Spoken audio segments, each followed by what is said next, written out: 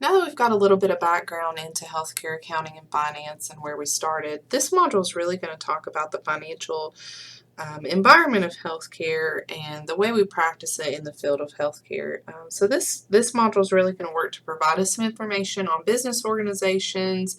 We're going to talk about some goals, taxes. We'll get into third-party payers and then talk about reimbursement methods.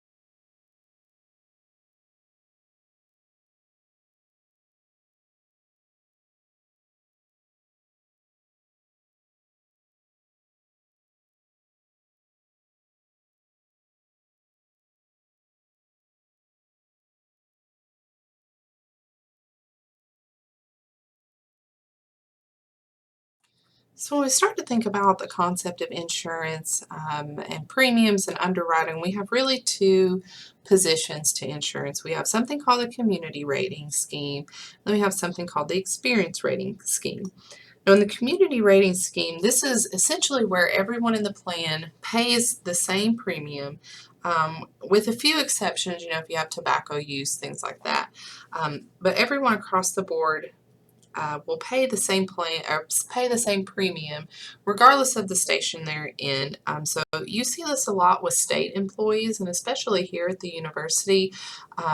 If you're in, let's say we have three different levels. We have a silver, platinum, and gold level plan. Everyone that has enrolled in the gold level plan will pay the same premium as everyone else enrolled in the gold level, and the same with the platinum, the same with the silver. Now, the second kind of position is the experience rating position, and this is historically how insurance companies used to set premiums for those individuals that went out to purchase insurance or purchase their insurance plans. Now, experience is when the person or the individual is really the determining factor for the premium. So, this deals a lot with any pre-existing conditions you have, illnesses, risky behaviors that you undertake, even so far as to where you live across the country. So let's say you have an experience rating, or you have a premium that's set by experience rating. Now that experience rating had the potential to cause up to upwards of a 17-fold difference in the cost of plans. So let's say you had a $1,000 premium plan in Texas. That same plan with no changes could cost you $17,000 if you live somewhere up in the Northeast. So really the health status was the determining factor. Patients with things like autoimmune disease, breast cancer survivors, let's say we have an individual who has autoimmune disease and is a breast cancer survivor, and they may be a little overweight and smoke, they could have a $16,000 a month premium.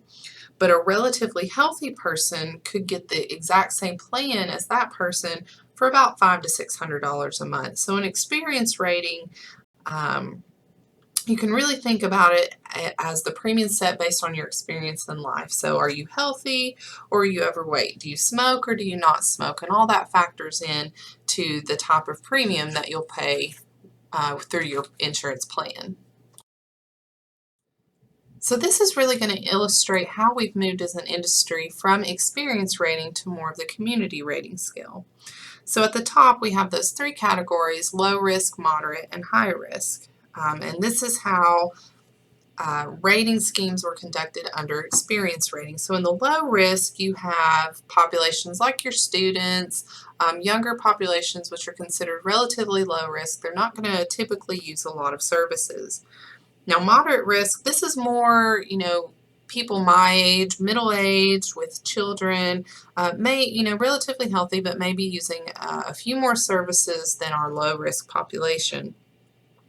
And then our high risk, more like your elderly, which will all eventually end up here.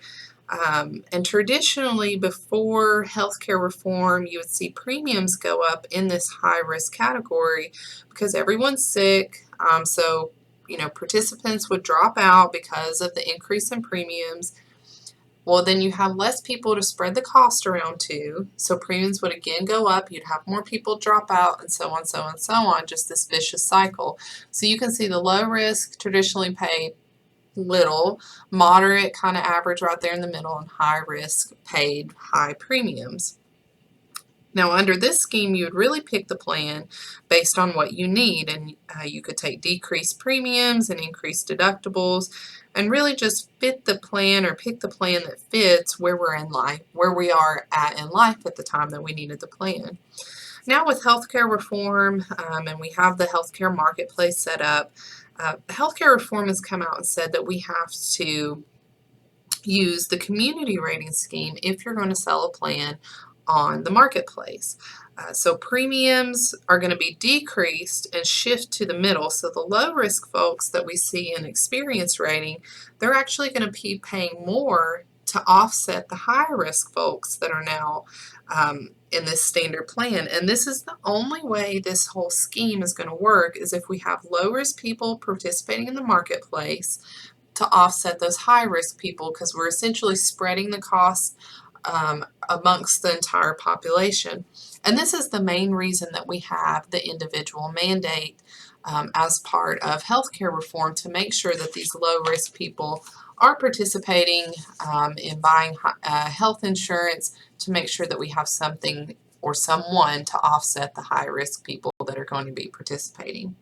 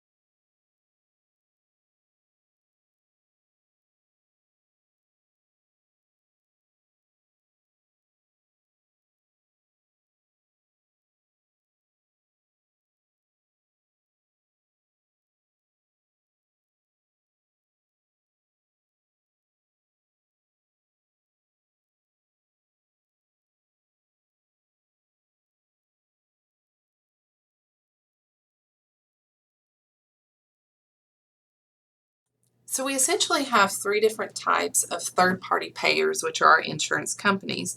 We have the employer bought, such as Blue Cross Blue Shield, and this is what you're going to see, if you go to work for an organization that offers health insurance, you'll have this employer bought health insurance. And then you can have commercial insurers, which is like your Humana, your United Healthcare Company, and these are really more companies that have insurance plans, and they're going to be issued by entities like life insurance companies or causality insurance companies, or either by companies that were formed to write out health insurance. And again, Humana and United Health are going to be examples of our commercial insurers.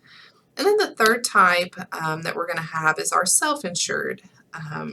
Now, an example of this, if you're local to the area, would be Eastman in Kingsport. So Eastman essentially, they hire third-party administrators to really manage their claims, but Eastman has its own insurance that it offers.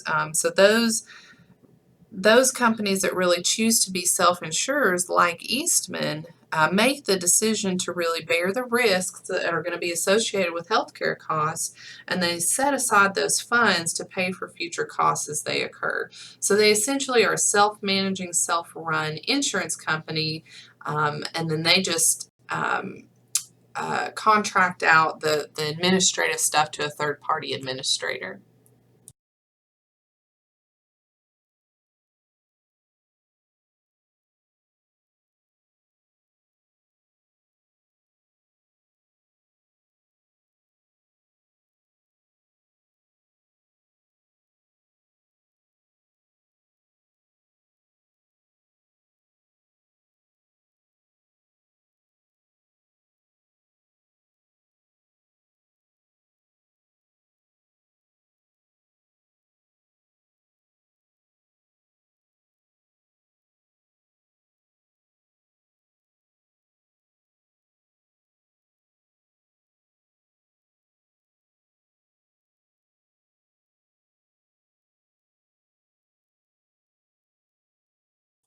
Now, when we look more to the public side of insurance, we have two main programs. We have Medicare and Medicaid that are two primary federal health care programs. Now, Medicare, again, a federal health care program, and it really works to subsidize people who meet, the following criteria. So they're either 65 years or older, and they have been a U.S. citizen, or they have their permanent legal residence indicator for at least 5 years. They can be disabled and collect Social Security for 2 years, or they can be undergoing dialysis for kidney failure or end-stage renal disease. So those are the three qualifying indicators to receive Medicare. Now, when we look at Medicare, it's split into four different parts. So we have Part A, and this really encompasses more of the inpatient hospital side. So we're talking about, of course, your acute care hospitals, your skilled nursing facilities, and things like your home health and hospice care. Now, Part B encompasses really all the necessary medical services. So we have our doctor's services, our x-rays, wheelchairs, durable medical equipment, laboratory, things of that nature. Part C is going to be our managed care part of Medicare, and this is going to be coverage offered by private insurance companies. And then we have Part D, which is going to be our prescription drug costs. Now, Medicaid, a little bit different.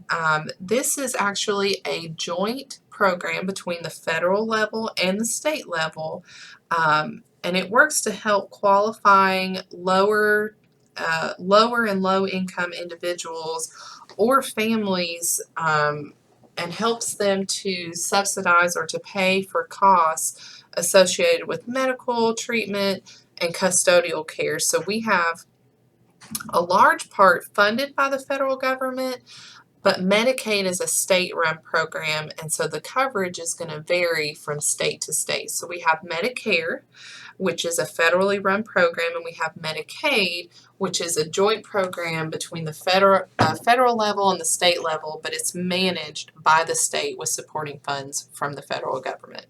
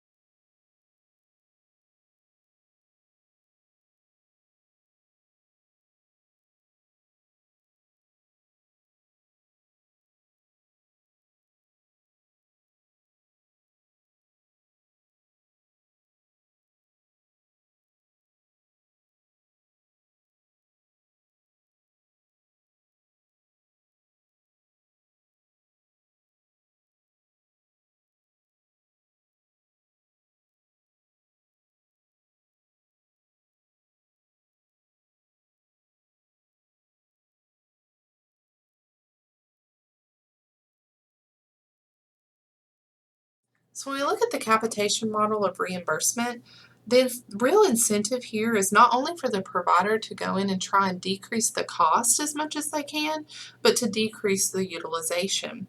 And unfortunately, in some cases, this has led to a practice that we've come to know as telephone triage, where we're asking on the phone rather than in person or having somebody come into our office, what's wrong and try to triage them over the phone.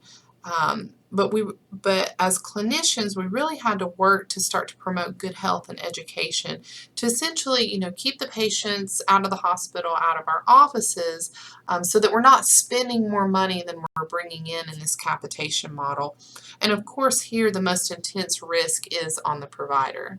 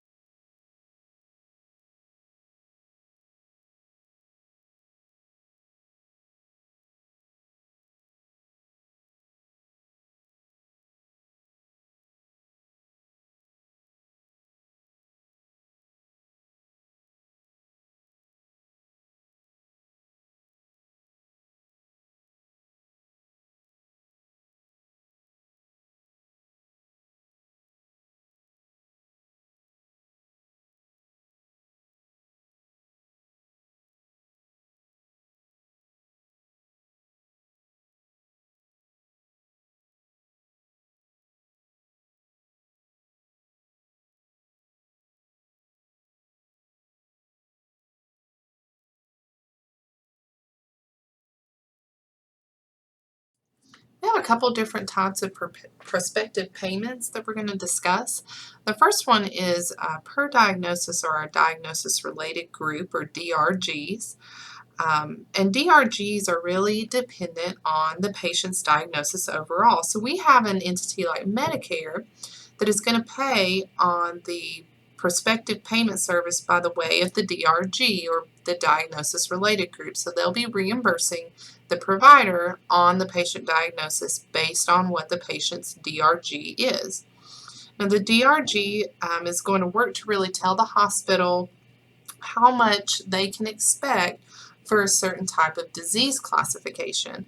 And then what they can also expect the average length of stay, or the ALOS, to be for that patient. So if they have some type of, let's say, congestive heart failure, or they have a patient that's being admitted for heart disease, the case manager assigned to that patient is going to look up the DRG for heart disease, and that is going to be, their ALOS is going to be either $10,000 or 5 days average length of stay. So what this is telling the case manager is that this particular patient that's been submitted with the admitted with the heart disease, her DRG is saying that she can either stay 5 days or until her payments have reached or her charges rather have reached $10,000, which can add up fairly quickly in the hospital setting. Now the second way we can look at prospective payment is per procedure. And per procedure is typically more for physicians, but in this model we have a separate payment that's going to be made for each procedure performed on a patient. And we see this a lot more in the outpatient setting.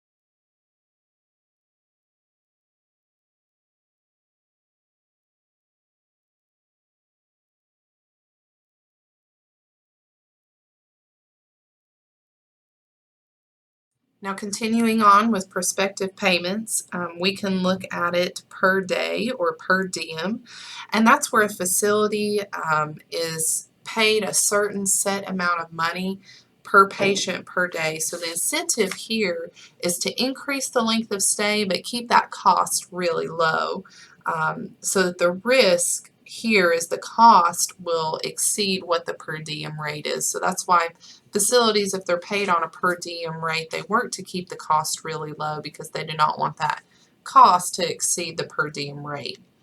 And then the last one we'll look at is the global pricing for prospective payment. Now, global pricing is a reimbursement structure that's used on a defined set of procedures, which we call bundling. So we bundle procedures together.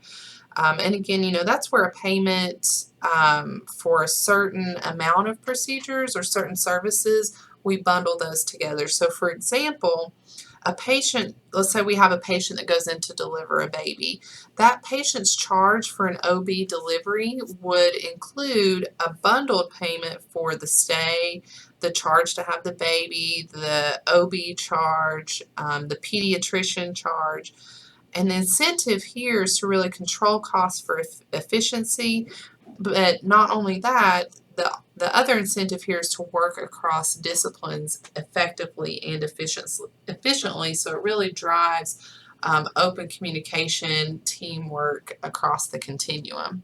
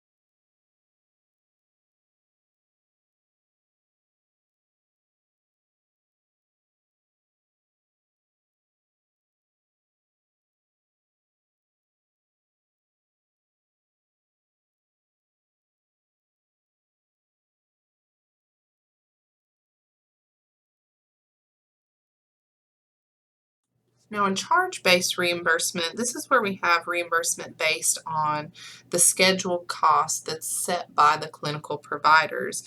So in this model, the provider is going to bill the payer, which is your insurance company, for the full charges of whatever procedure or visit that you had and what the cost of that was. And the provider is the one that establishes for the services. So this system is really similar to many others purchases that people make, just like your groceries, you're paying for what the true cost is. And this practice, we don't see it much today, but this is the practice that we saw really in the early days of healthcare insurance.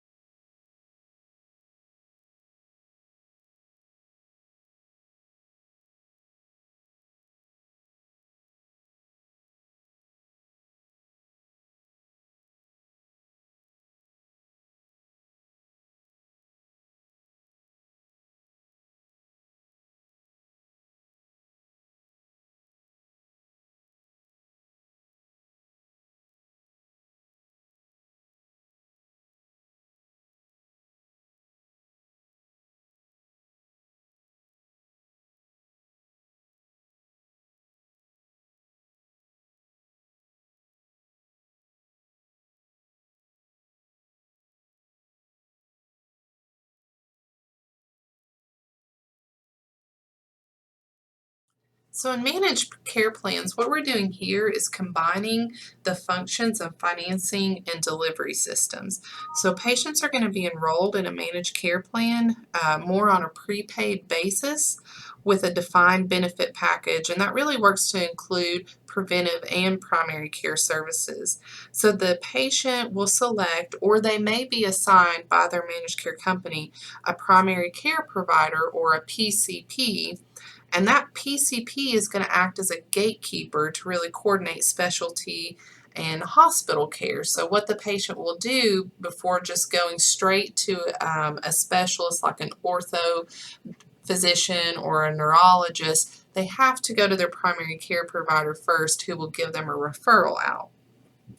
Now, utilization and clinical practices are really reviewed in this managed care plan model, and that's conducted because we're trying to contain cost while simultaneously improving health status.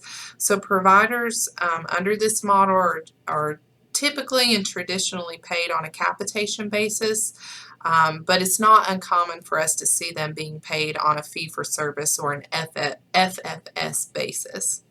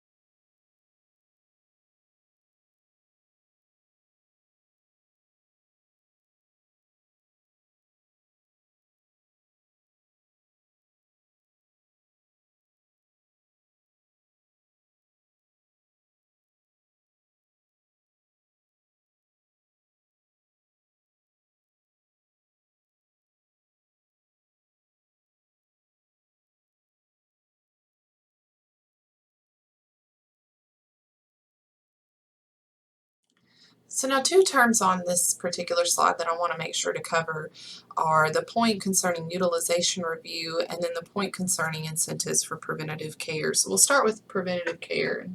And what we may ask is, why do we incentivize preventative care, or why is there incentive out there for preventative care?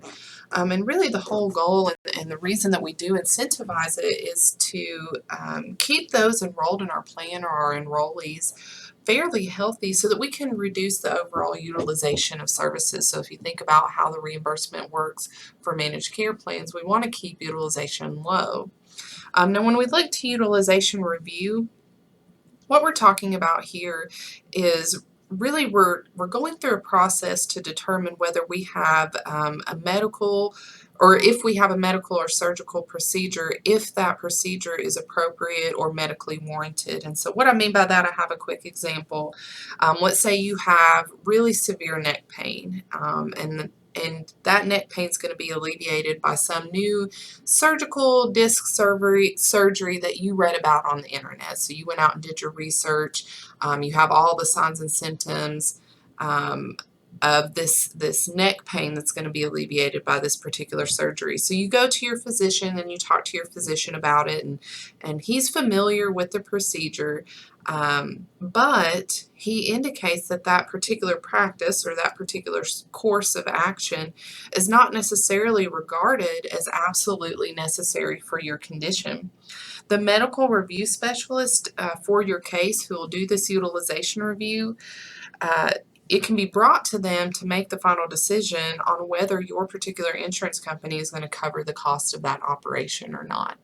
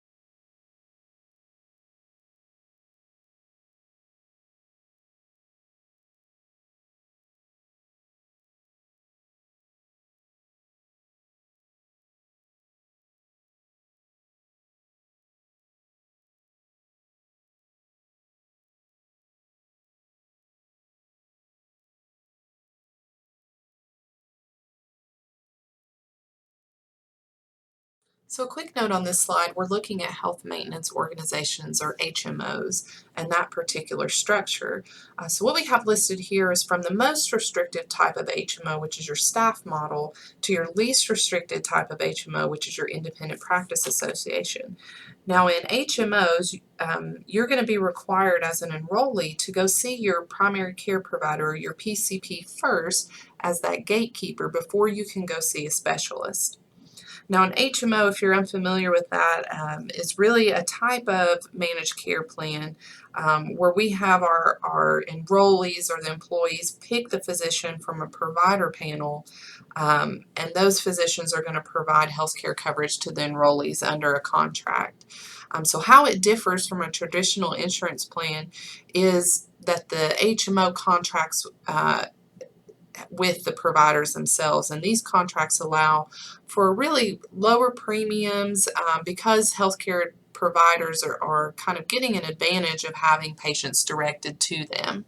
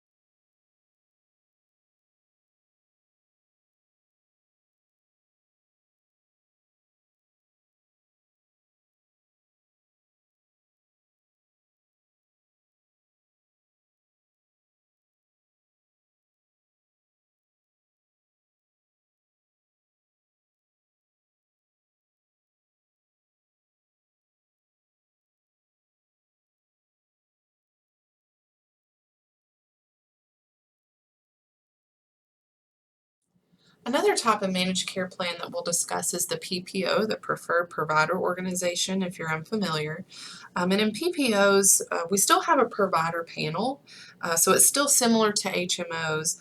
So subscribers have a provider panel, but the difference here is this is more of a preferred provider panel. And what that means is that while your PPO or your managed care organization may prefer you to pick physicians and clinicians from this panel, you as the subscriber or the enrollee are not necessarily required to do that. So it's going to give you a lot of freedom to go and choose which doctors or which hospitals you want to go visit or seek your care from. But with the PPO, you're going to have something called in-network and out-of-network. So if you choose a provider off the preferred provider panel, you're going to have lower fees, lower out-of-pocket payments, and if you choose out-of-network physicians, they're still going to be covered, but they're going to be covered at a higher amount. So your deductible, your out-of-pocket is going to increase if you choose to go off-network.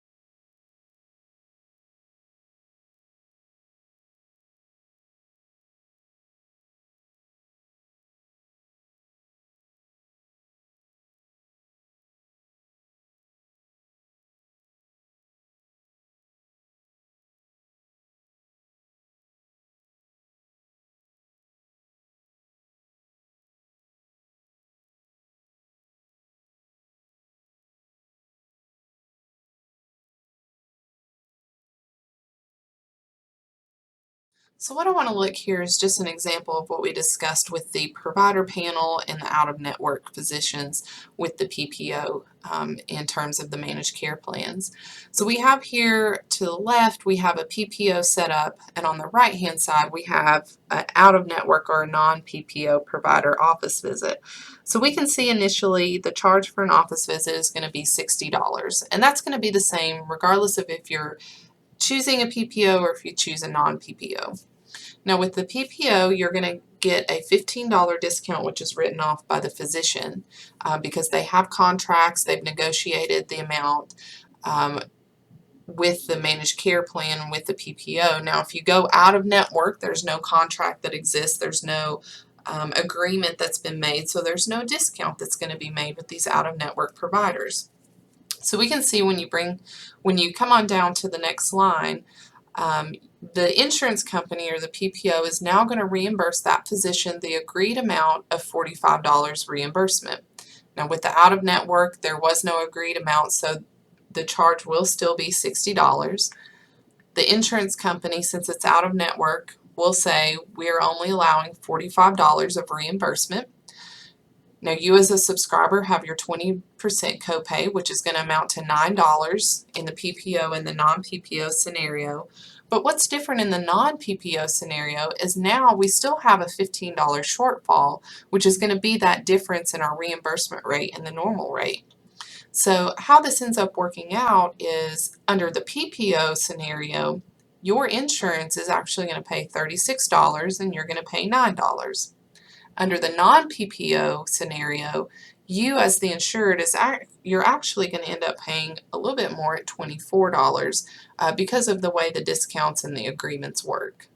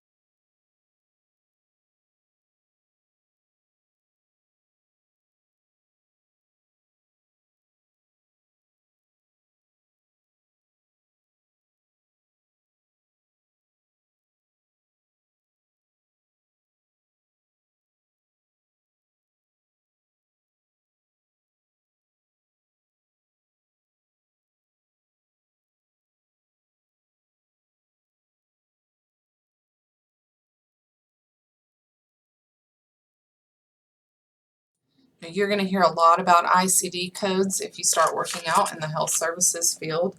ICD codes, or the International Classification of Diseases, is really how we in the health services field use to classify and code mortality data from death certificates. So ICD codes are really considered our standard diagnostic tool for things like epidemiology, health management, and clinical purposes.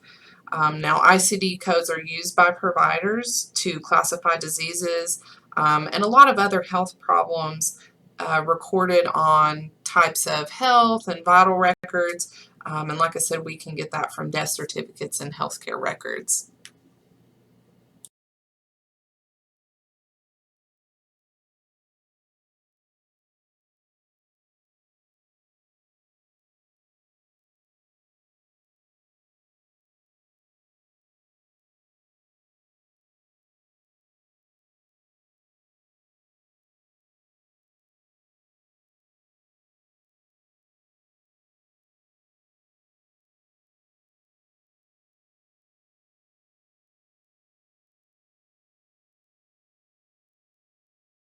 Now, ICD codes went through an upgrade, if you will, a few years ago, and it's interesting to note here that before ICD-10 came out, which is where we're at now, we were in ICD-9. ICD-9 had about 13,000 codes.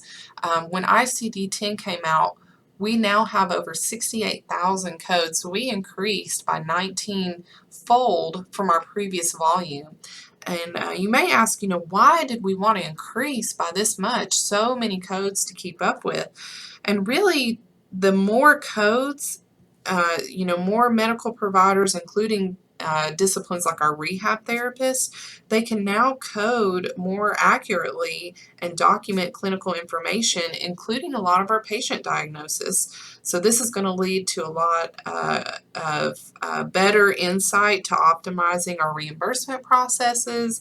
We're going to have greater opportunity for evidence-based practice.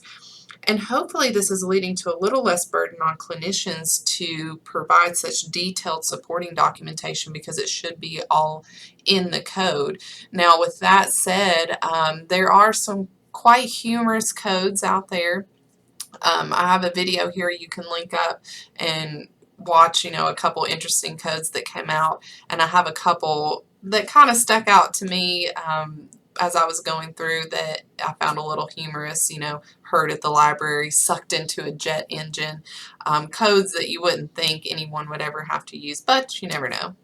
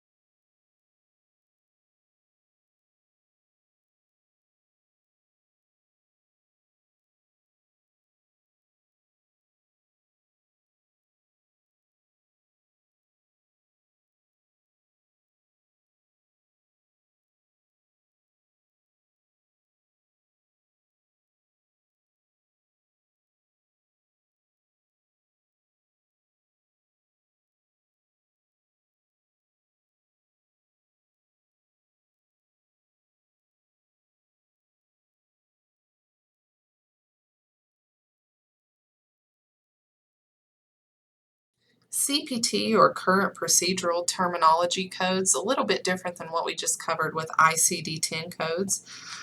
These CPT codes are numbers that we're going to assign to every task and service that our providers may provide to a patient through the course of their treatment. And these are going to include things like our medical, surgical, and diagnostic services.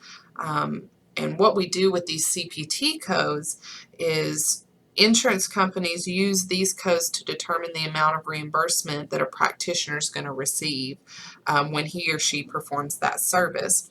So since everyone uses the same codes, it ensures that level of uniformity. Now, CPT codes, they are developed by the American Medical Association, or the AMA, and really as our practices change in healthcare, we have new codes like ICD-10 or similar to ICD-10. We have new CPT codes that are going to be developed for new services that may come out. We're constantly changing in the health service environment with advancements in technology, so it's going to necessitate that we maybe revise or disregard old codes that we were using.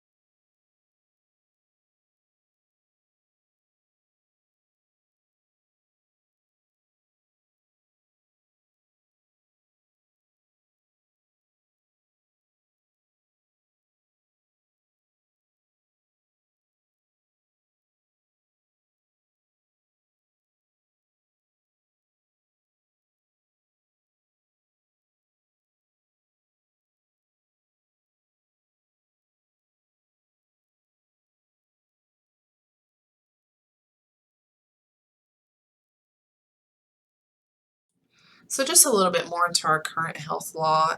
We have two main mandates that come out of the ACA, which are the individual mandate and the employer requirements. Now, you may have heard a lot about the differences between the two, or may have heard a lot of information about the two, but I'm going to give you the quick bullet points and the quick information that you need to know about individual mandate and employer requirements. So we'll start with the individual mandate. This individual mandate goes through and requires that every legal U.S. citizen and legal resident of this country have qualifying health care coverage. So if you live in this country and you're legal, or you're a legal resident, or a natural born U.S. citizen, you have to obtain health care coverage. Now, with that, there's a couple of exceptions, of course, that exist. We'll talk first about the tax penalty. So if you don't go out and obtain some type of health care coverage, you are going to be required to pay a penalty of whichever is greater. So it may be $695 a year for a maximum of 3 times that amount per family, or you could pay 2.5% of your household income. And again, you would pay the greater of the two. So like I said, we do have exemptions to this. So a couple of exemptions that exist, we have listed here, but things like your financial hardship. If you have religious objections for some reason, your religion dictates that you don't need health care coverage. If you are without coverage for less than 3 months, if you're an undocumented immigrant, and anyone that's incarcerated does not fall under this individual mandate.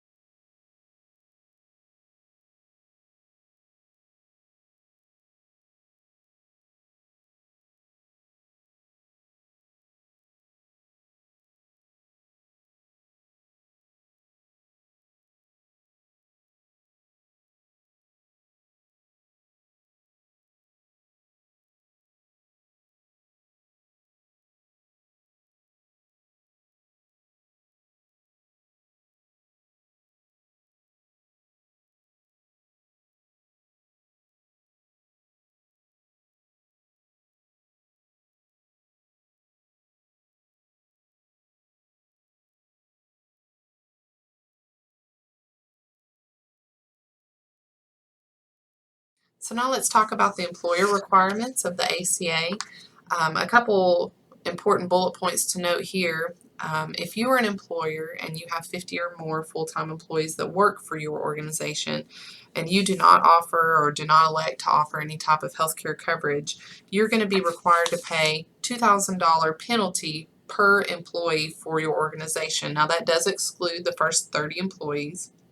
So if you have 50 employees, you're only going to be paying that penalty on 20 of them. But it also requires employers that have more than 200 employees to automatically enroll their employees in a health insurance plan, and then employees can then go and opt out of that health care coverage.